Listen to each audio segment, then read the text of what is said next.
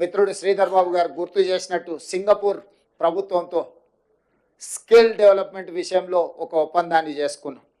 ITE information technology ఎడ్యుకేషన్కి సంబంధించి సింగపూర్లో 10th చదువుకున్న తర్వాత పిల్లలందరికీ కూడా సాంకేతిక నైపుణ్యాన్ని అందించడం ద్వారా ప్రపంచంతోనే పోటీ పడే నిష్ణాతులను సింగపూర్ సంస్థ తయారు చేస్తుంది.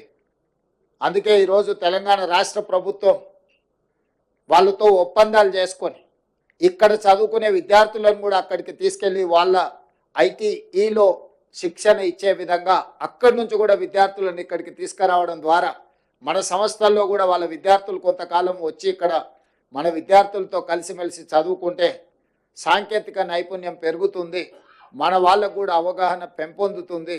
తద్వారా ఎంతో లక్షలాది మంది ఈ తెలంగాణ రాష్ట్రంలో సాంకేతిక నైపుణ్యం లేక నిరుద్యోగులుగా ఉన్నారో వాళ్ళందరికీ ఉద్యోగ ఉపాధి అవకాశాలు కల్పించడానికి సింగపూర్ రాష్ట్ర ప్రభుత్వ ఆధ్వర్యంలో నడుస్తున్న ఐటీతో కూడా తెలంగాణ రాష్ట్ర ప్రభుత్వం ఒప్పందాలు చేసుకోవడం జరిగింది.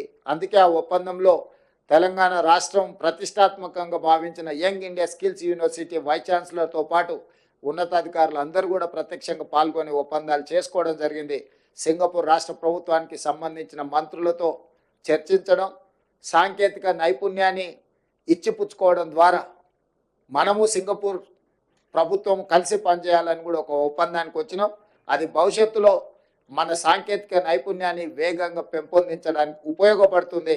ఇవన్నీ కూడా తెలంగాణ రాష్ట్ర అభివృద్ధి కోసం ప్రభుత్వం తీసుకుంటున్న నిర్ణయాలు.